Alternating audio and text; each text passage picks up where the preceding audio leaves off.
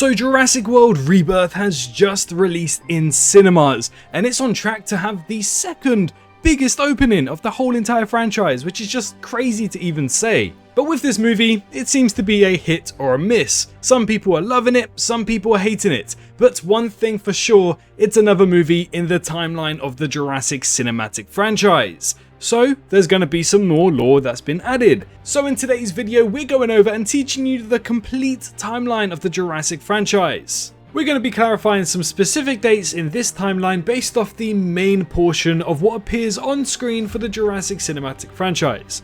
Now quickly, you've probably seen that the lighting has changed and my headset is now on. That's because my audio for some reason decided to become very robotic. There's already so much lore in this franchise, and it is the most intact franchise I have ever seen. So of course that's not good enough, so I'm now re-recording this whole 25-minute video. It's probably going to be a lot shorter now, but do forgive me, and it would mean a lot if you can go ahead and like the video and subscribe to the channel just to say, it's okay Swerve, you're doing great, because I really feel defeated right now. But either way, I just want to say that there are spoilers ahead in this video for Jurassic World Rebirth, as that does come into factor quite a lot in this video. So if you haven't seen the movie yet, don't watch this video, come back to it a little bit later. For me personally, I've watched this movie 9 times now, so I feel as though I know a decent amount about where things are placed in this timeline. I've done the same for all of the Jurassic movies as well. But yes, as I did say, we're covering all canonical main media that appears on screen. So whilst this franchise is a lot more in-depth with exact times and dates about where people were in this timeline, we're not going to go too in-depth, we're just going to focus on the main things that appear on screen, just so you guys can see what order things take place in. We'll go in-depth another time, don't you worry. But before we start this video, please do leave a like and subscribe for your daily dose of Jurassic content here on YouTube. If you're looking one place for all of your Jurassic needs, then look no further, as you found the best place to be, as we cover every title from the Jurassic franchise, as well as giving you a better understanding of all of these movies. But for now, let's get into the new, complete timeline of the Jurassic cinematic franchise.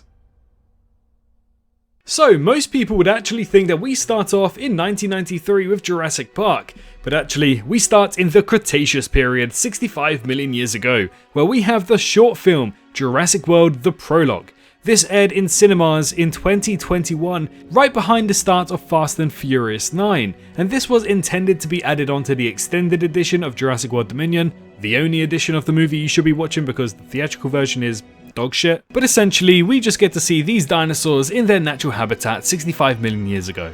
And I know some people don't really like the idea of seeing the Tyrannosaurus and the Giganotosaurus standing together, but that's the whole fun of movie media. Things happen differently in different universes. But after this prologue, we jump to the future 65 million years to the year of 1525. Now I said I won't go deep in depth about everything, but that was the very first time that Isla Nublar was discovered, which will eventually become the home to the dinosaurs of Jurassic Park and Jurassic World. But moving into the pre-Jurassic Park era, we have the fact that John Hammond in 1988 wanted San Diego Jurassic Park to start and be built as the first intention for Jurassic Park. In 1982, we also have Dr. Henry Wu signing up to be an InGen scientist. And then just a few years later, in 1986, we have the Microceratus as the first ever dinosaur brought back to life.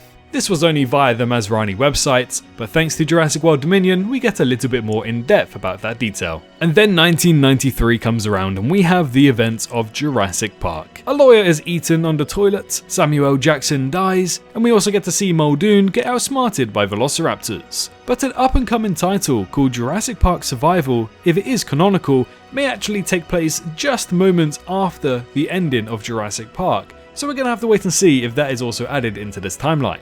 But then we go to the next year in 1994, where we have the Isla Nublar cleanup operation.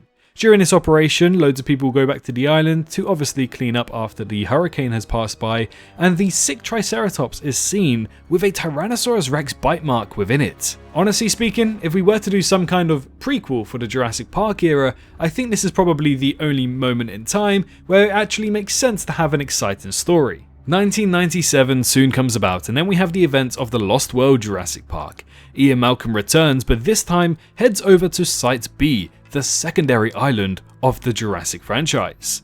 On Site B, this is where dinosaurs were cloned, bred and brought up before they were mature enough to be transported over to Isla Nublar for the official Jurassic Park. Later in the movie, we also get the San Diego incident, where the Tyrannosaurus Rex makes its way onto the mainland.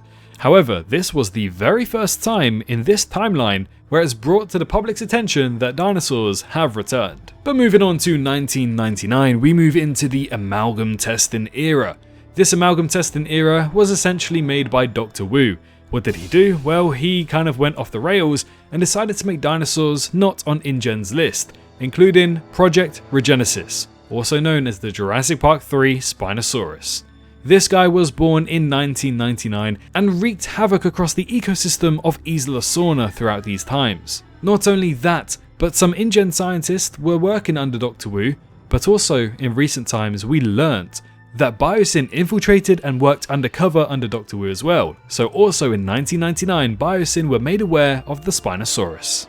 But then the Spinosaurus finally gets its showcase, and in 2001 Jurassic Park 3 releases. This time Alan Grant goes to Isla Sorna and barely makes it out alive. But towards the end of the movie, as everyone finally gets away from Isla Sorna, we see the Jurassic Park 3 variants of the Pteranodons flying away. This movie, it may not have been perfect, but it had the best Spinosaurus design, the best Pteranodon design, and easily the best Velociraptor design of the franchise. But with these Pteranodons at the end of the movie, they actually ended up flying to Canada, where a video is actually captured of an operation where these Pteranodons are captured by none other than Vic Hoskins. Yes, Vincent D'Onofrio's character from Jurassic World. This all takes place in 2001. A few years later, in 2005, the official opening of Jurassic World occurred. In 2007, the Mosasaurus is born, and then we finally move into a more interesting era of Jurassic. In 2009, Dr. Henry Wu creates the very first successful hybrid dinosaur of the timeline, this being the Scorpius Rex. Now, whilst this dinosaur was technically classed as successful, it certainly had its problems. It was erratic, it looked ugly, and it just wasn't meant to be alive. This is where Simon Masrani ordered the destruction of the Scorpius Rex, but Dr. Wu decided not to listen to him, and instead put this creature in cryogenic freeze, where eventually it re-broke out in 2016. But after this, Jurassic World Rebirth finally comes into effect. As we know, the opening sequence of Jurassic World Rebirth takes place 17 years earlier, placing it at 2011. But judging by the size of the Distortus Rex in this prologue segment, it's easily at least 1 year old, making it born in 2010. But of course, then 2011 occurs, and we get to see that whole opening sequence of Jurassic World Rebirth. We actually suspect that the Distortus Rex is a failed hybrid of the Indominus Rex, because in 2012, the Indominus Rex is born, as well as Blue the Velociraptor, and the Ibris project is started, signing on Owen Grady and Barry Sembene. Fast forward a few more years, where the Indominus Rex is 3 years old, and 2015 rolls about, and the incident of Jurassic World occurs. But simultaneously, at the very same time, the events of Camp Cretaceous Season 1 also occur. Now, whilst Jurassic World had a more positive ending, most people escaping with their lives, Camp Cretaceous, not so much. These kids were accidentally left behind on Isla Nublar and were left to defend for themselves for 6 months on this island. That's where Camp Cretaceous Seasons 2 and 3 also take place, in the early to middle stage of 2016. But Season 3 actually has a timeline alignment with the start, or the prologue shall I say, of Jurassic World Fallen Kingdom, where they retrieve the Indominus Rex fossil, and also the Mosasaurus gets her limelight once again.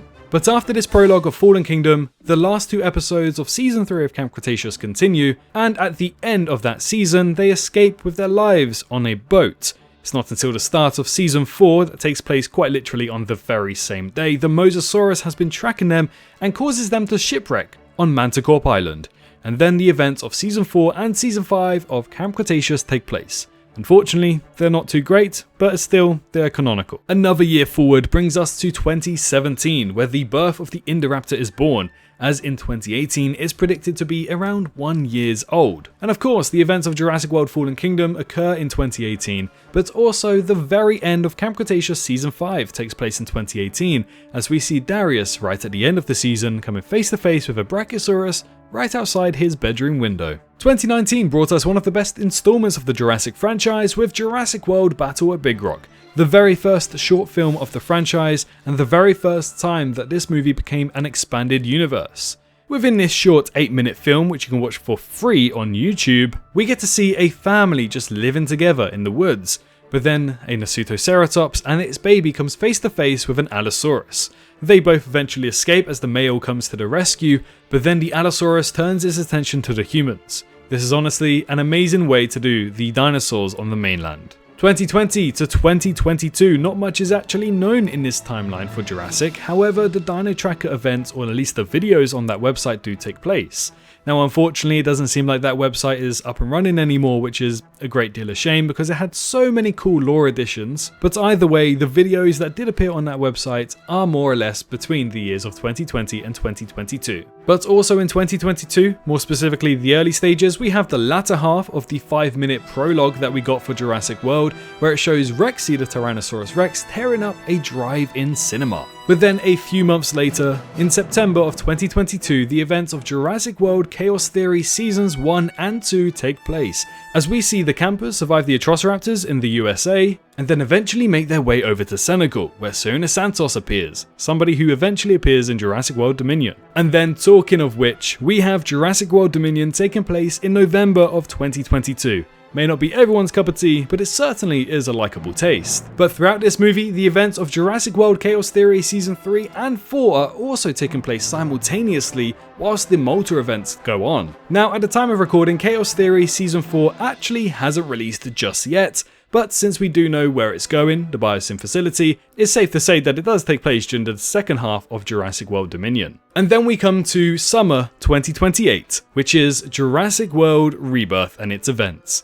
Now the plot of Jurassic World Rebirth confirms that it takes place 5 years after Jurassic World Dominion, which would mean any time between December 2027 and November 2028. But since Ruben Delgado confirms that his children are on summer break, that means it takes place in the summer of 2028. But where does it go from here? Well, considering this movie takes place in the future, and it seems as though the next movie will be releasing in our year of 2028, I won't be surprised if the events of the sequel also take place in 2028, just soon after the ending of Jurassic World Rebirth. But as far as main timeline goes, that's pretty much all we know for Jurassic. Now, again, I could go very in-depth for all of this and basically say the birthdays of every single character, but we'll save that for another time. But that's the beauty of Jurassic. It's an expanded movie universe. It's not just the 7 movies. You have animated series, you have short films, you have canonical websites, which builds this world so much better. That's why I cannot stress enough, if anybody at Universal is watching this, please bring in a writer who knows everything to do with this franchise and try not to retcon things. David Koepp, I appreciate you for Jurassic Park and the Lost World Jurassic Park, but unfortunately, I think you really dropped the ball with Jurassic World Rebirth, and you retconned some big things and a lot of things that loads of people just subtly liked about the franchise. So I was very disappointed. But either way, I'm still hopeful for whatever comes next after Jurassic World Rebirth. And there we have it, ladies and gentlemen, that was the main canonical timeline of the Jurassic franchise. Now again, I could go completely in depth, there's loads more other details out there, but I am going to be very abrupt in ending this video because it's way too hot right now. This is the second time I'm recording it, and I don't even know if it's come out right, but if it has, please leave a like on the video, do subscribe if you are new around here, and stay tuned on the channel as we have loads of Jurassic content coming in the future that I guarantee that you guys will enjoy. But most importantly, make sure you're all staying safe out there, and I'll see you all in the next one. Bye-bye. Hey, did you enjoy the video? Well, why not leave a like and subscribe for more Jurassic content? I appreciate every single one of you for reaching this point into the video and supporting me this far. If you wish to support me even further, then feel free to head on down to the description where you can find links to donate, my Patreon, and you can also press that join button to become a member here on YouTube and gain access to some awesome emojis. A massive thank you to all of the YouTube members for this month, as well as the amazing fans over on Patreon too. Your extra bit of support really goes a long way. But for now, I wish you a great rest of your day.